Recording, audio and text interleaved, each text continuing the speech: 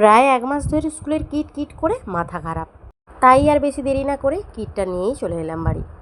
School থেকে প্রত্যেক বছর একটি করে কিট দেয়, আর সেটা স্কুল থেকেই কিনতে হবে। এখন তো বেশিরভাগ স্কুলেই এটাই হয়েছে যে বাচ্চাদেরকে অ্যাক্টিভিটি দিয়ে পড়াশুনো করাতে হবে। হাতে কলমের সময় আমরাই কাটিয়েছি। করোনার আগে ঠিকঠাকভাবে উচ্চ মাধ্যমিক দিয়ে বেরিয়ে এসেছে সেই শেষ ব্যাচই হচ্ছে আমি। করোনার সময় থেকে তো দেখছি এখন পরীক্ষা না দিলেও 100-তে 100 পাওয়া যায়। প্রত্যেকটা ইনস্ট্রুমেন্টেই বলেছিল নাম লিখে পাঠাতে, একদম ক্ষুদ্র ক্ষুদ্র থেকে শুরু করে সমস্ত কিছুতেই। তাই সোনায়ের পাপা এই বৃহৎ কাজটা আমার একদম ভালোভাবে সুস্থভাবে সম্পূর্ণ করে দিয়ে গেছে। এই হেডেকটা আমায় একদম নিতে হয়নি। পরে যা বুঝতে পেরেছি, এই কাজটা যদি আমাকে করতে হতো আমার মাথাটাই খারাপ হয়ে যেত। বাড়িতে এলে আমায় অনেক কাজে হেল্প করে দেয় গো। সারা বছর ধরে এই অ্যাক্টিভিটিগুলো দিয়েই সোনাইদেরকে মানে স্টুডেন্টদেরকে পড়ানো হবে আর কি। এটা এলকেজি স্টুডেন্টদের জন্য। এগুলো কিন্তু সব স্কুলেই জমা থাকবে, বছরের শেষে ফেরত দেওয়া হবে। যাই হোক, সোনাই ওদিকে পড়াশুনো করছে আর আমরা এদিকে ওর এই কাজগুলো করে নিচ্ছি। যা বৃষ্টি ধরেছে বাইরে বেরোনো ভীষণ দায়, তবে বেরোতে একবার হবে কারণ কাজ আছে কিছু।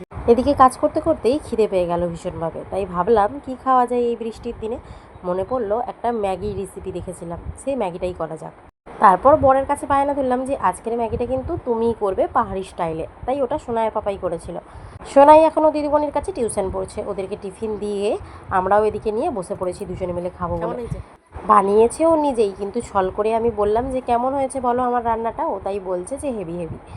অনেকটা সন্ধ্যা, তখন বৃষ্টিই হচ্ছিল চারপাশটা দেখে আশা করি বুঝতেই পারছো। সোনাই একটা নিজের পছন্দ মতো জামা পরে বেরিয়ে পড়েছে, আর এদিকে আমরাও গিয়েছিলাম বরগাছিয়া ডোমজুড়ের কাছে এটিএম কার্ডের পিন জেনারেট করতে। পাশেই একটা মন্দির ছিল, তাই কিছুটা ঘুরে আসবো বলেই গিয়েছিলাম মুন্সিরহাট বাবা লোকনাথের মন্দিরে। এখানে বিশেষভাবেই ক্যামেরা করা বারণ, তাই বেশিরভাগটা দেখাতে পারিনি তোমাদের। যতটুকু পেরেছি ওই গেটের কাছ থেকে একটুখানি দেখানোর চেষ্টা করেছি। একে তো বৃষ্টি, তারপর আমাদের গন্তব্যস্থান খুঁজেই পাচ্ছিলাম না, তাই ফিরতে অনেকটা দেরি হয়ে গেছে। ফিরতি পথে আমার প্রিয় মোমো খেয়েই দিনটা আজকের মতো সমাপ্ত করেছিলাম। আর হ্যাঁ, বৃষ্টির কারণে অনেকগুলো জামা কাপড় নিয়ে গেছিলাম ব্যাগেতে, তাই সোনাই আর সোনার পাপা ওগুলো চেঞ্জ করে নিয়েছিল।